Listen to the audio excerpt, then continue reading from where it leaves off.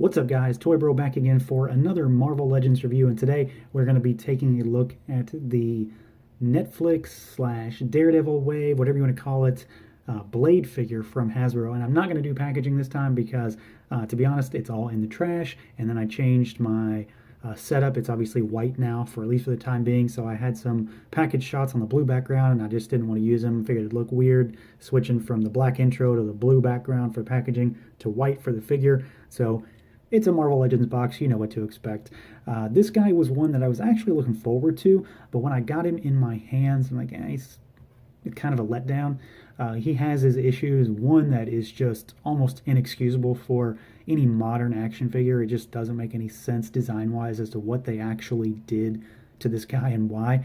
He does have some things that I do like, but ultimately I think Blade is going to be the least favorite figure for me from this wave, and I actually do like the character quite a bit, so that might say a lot.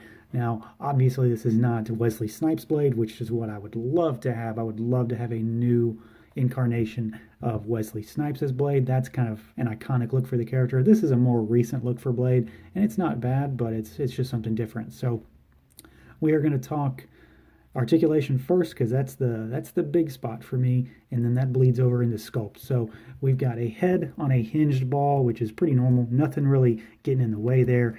Looks all the way up, and he can look all the way down too. Way too far down, really.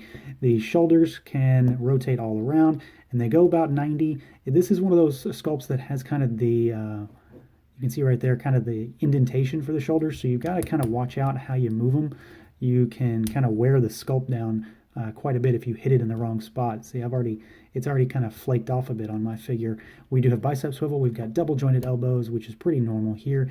We've got a horizontal hinge and rotation, and then we've got an ab crunch that looks over pretty far and back a decent bit. We do have a waist twist, but he's of a narrower waist, so he looks kind of weird if you go too far. Legs cannot really go out at all, and then they cannot go back in any capacity. So this is one that we're going to talk about. This is my big gripe. So you can see that right here, actually, you can see that the actual leg is kind of hitting that joint on the butt to the point where it's kind of scuffing up the plastic, and then he really can't go back. This is just a design issue. It's a mess. And then we've got a thigh swivel. We've got double jointed knees. We have got a boot cut. We've got a hinge, and then we have a full rocker down there at the ankle. So we're going to go from the legs first when we talk about sculpt. I'm going to try to move these little capsules out of the way. So in general, I like the overall look of the figure. He looks pretty good. This isn't, again, my iconic Blade look. This isn't the one I want, but he looks okay for what he is. Now, in terms of sculpt, not a whole lot going on down here. Just basic pants, boots, sculpted line work in detail within. But where the sculpt really, kind of hinders things is, like I said, at this joint here. So the butt is just, I don't know how to describe it. It's just weird. So if you want to get him to stand up straight, let me get those knees fully straight. So you can see that leg is straight. The joints are just lined up correctly. Look at how he stands when that joint is lined up straight. So he has to always be at a bend in the knee. He cannot stand up straight unless his knees are bent. And even then, he's still really unstable.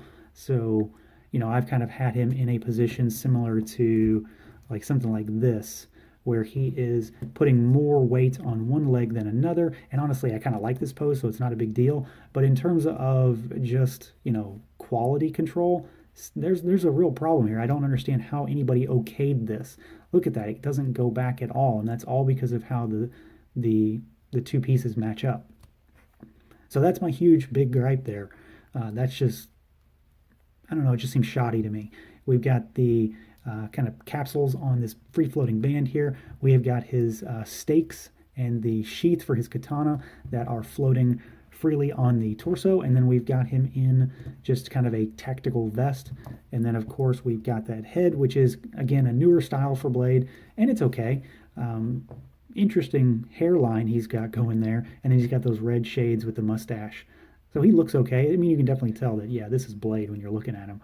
Now as far as paint goes, there's not really a lot on him. Most of him is cast in this blue And yeah, it's blue for some reason instead of black.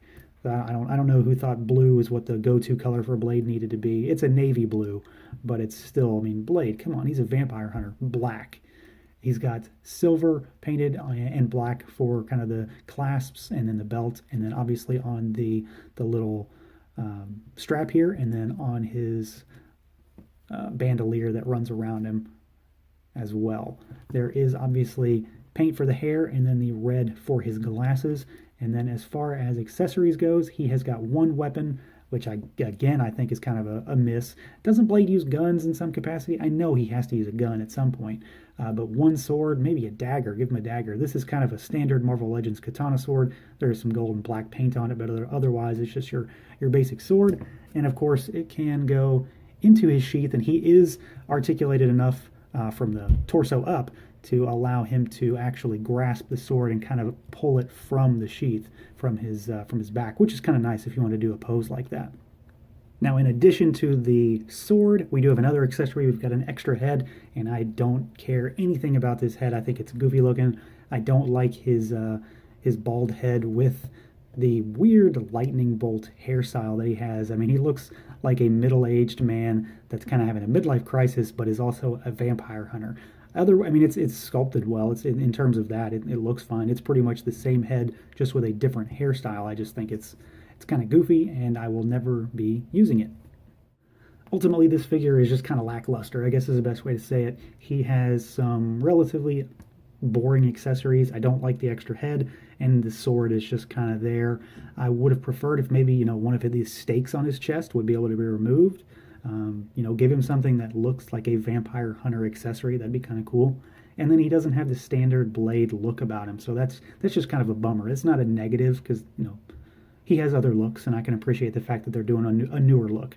And then of course we've got that goofy mess of articulation and sculpt from the legs, butt area that really makes it hard for him to just stand outside of being in a stylized pose, which if you're going to do that, it's okay, but it's still something to note that, yeah, there is some weirdness going on around that area, and it shouldn't have occurred in the first place, and I've seen plenty of people complaining about the exact same thing.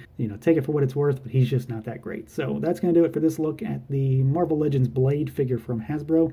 Feel free to like, comment, subscribe, and share down below, and until next time, everyone.